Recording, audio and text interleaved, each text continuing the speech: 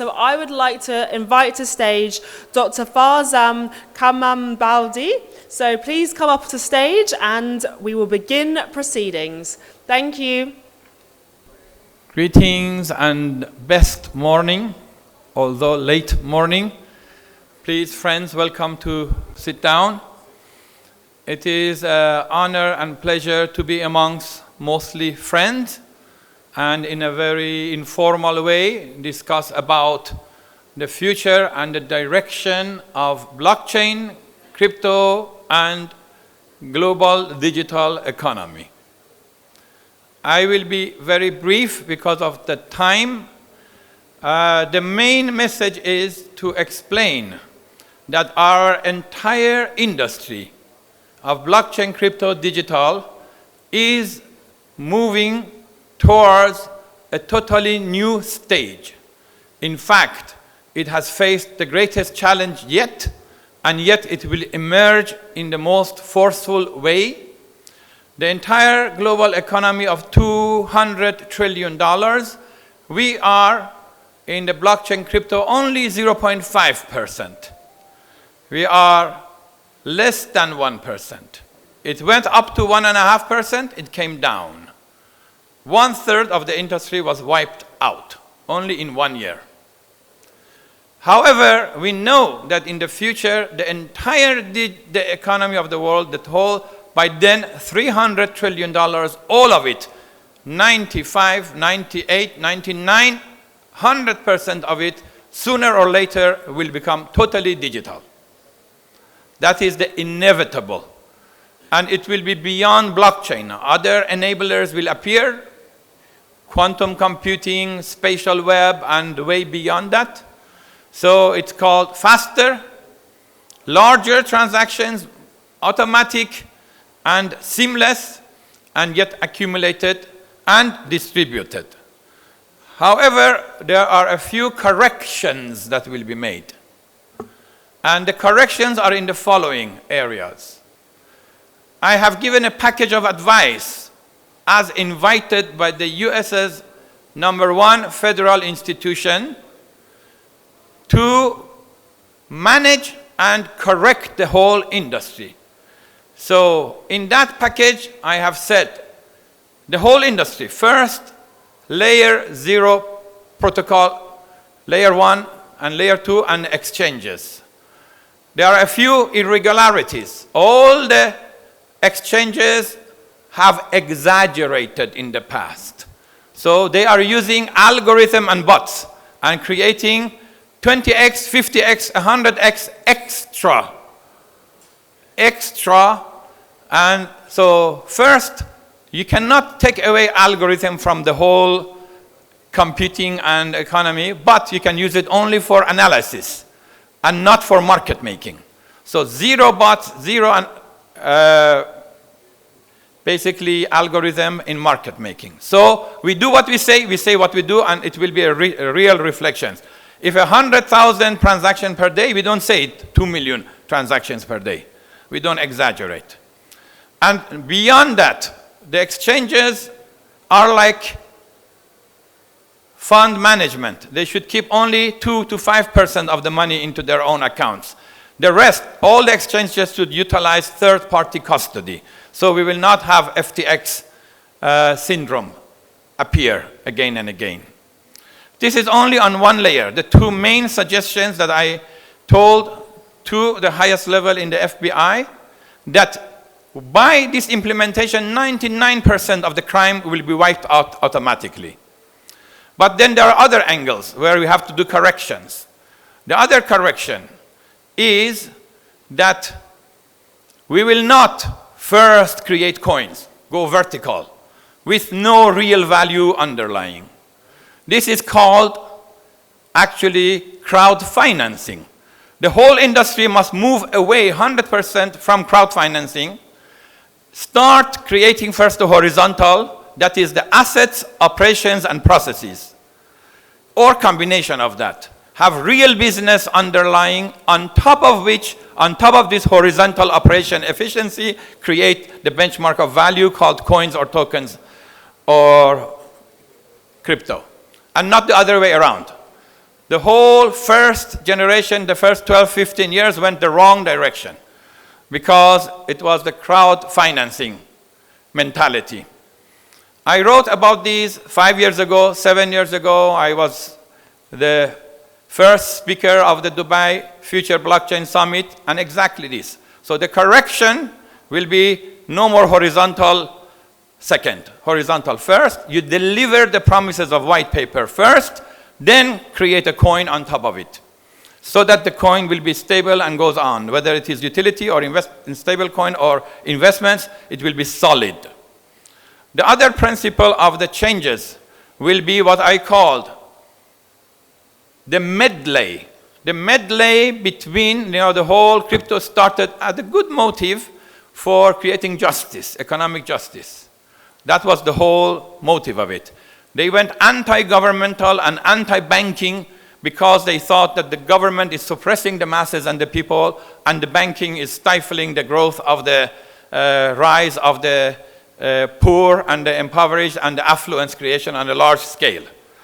However, those who became super rich in the crypto, they themselves forgot their own mission of economic justice, a majority of them. So now that will be corrected again.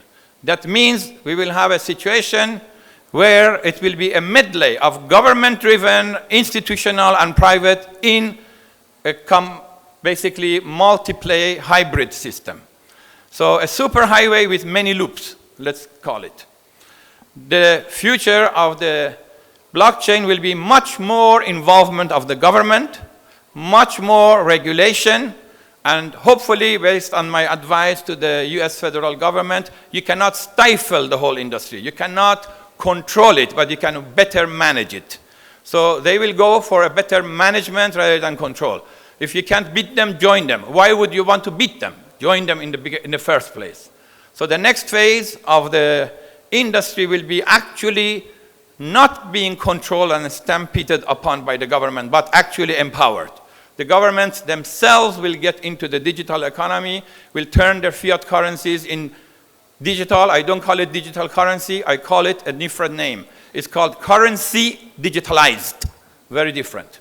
They will be creating the 240 countries, each one of them, and sometimes in groupings, such as BRICS. So Brazil, Russia, India, China, and South Africa, they are creating their own coin. So it's going to be government-driven rather than only private-driven. It will be a hybrid between decentralized but also centralized. There is not going to be ever any possibility of fully decentralized system in the world, because any entity, even a family, has an order and has also law within their system. So are the communities, and so are the nations, and beyond that, and a world federation government, but never excessively centralized, and never in chaotic, totally decentralized. It will be again a medley. That is the world polity social order. So will it be in the digital economy. So again, the idea of a superhighway with many loops in and out.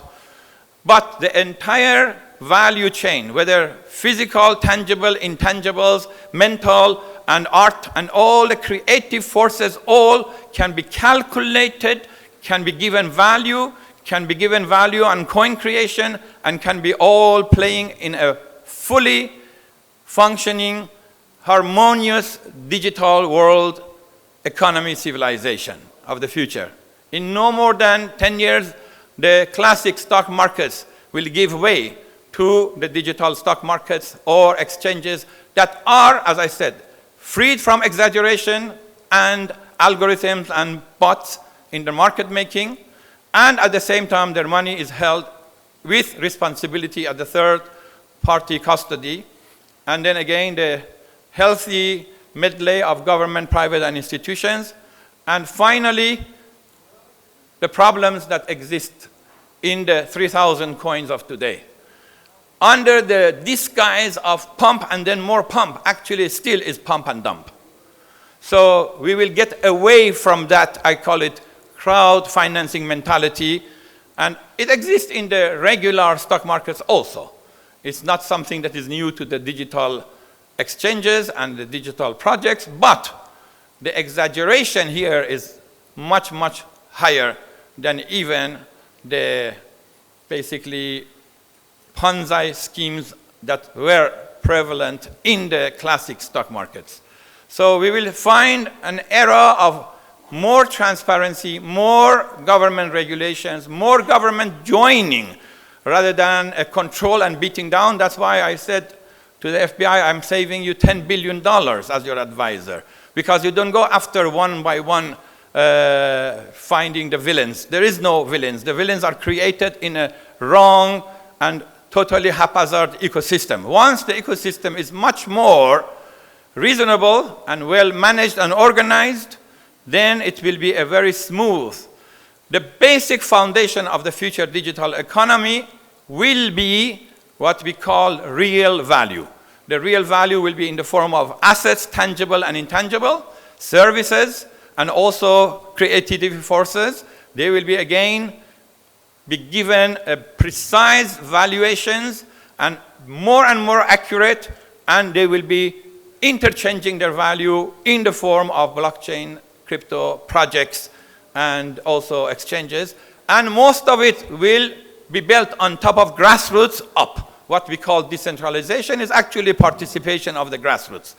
That's why I stopped my speech, and it was designed this way. Now I am transfer it to say that as an example of the future blockchain and crypto utilization, we will see that the utilization will be in what we call the rural economy, the townships, the villages, and in the forms of agriculture, water, food security, mining, artisanal mining, banking, we call it the village banking, microcredit, and all other operations that you can see in the smaller communities, but much larger of them. However, most of them are not yet online. So structure of connectivity and also data centers all have to spread from the centralized cities to the smaller cities all the way to the townships and villages.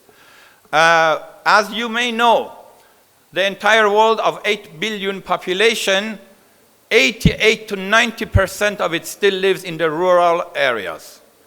So that means 6 to 7 billion population of the world.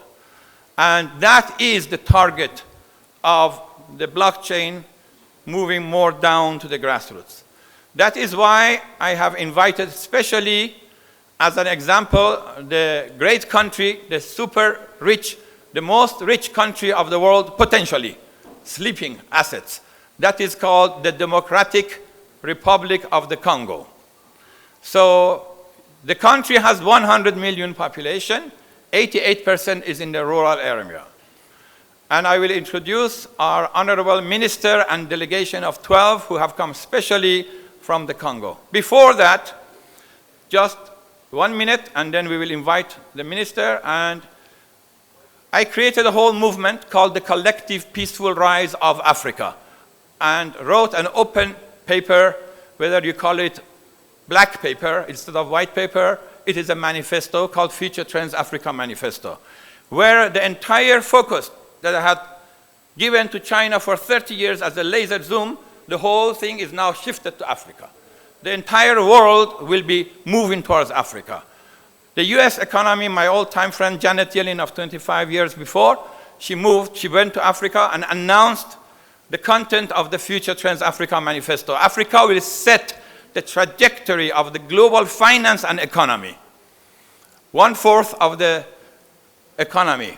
Sir William Ruto, the president of Kenya, whom I met in Washington, D.C. in the US-Africa President Summit, said that the total economy of Africa is $3.5 trillion.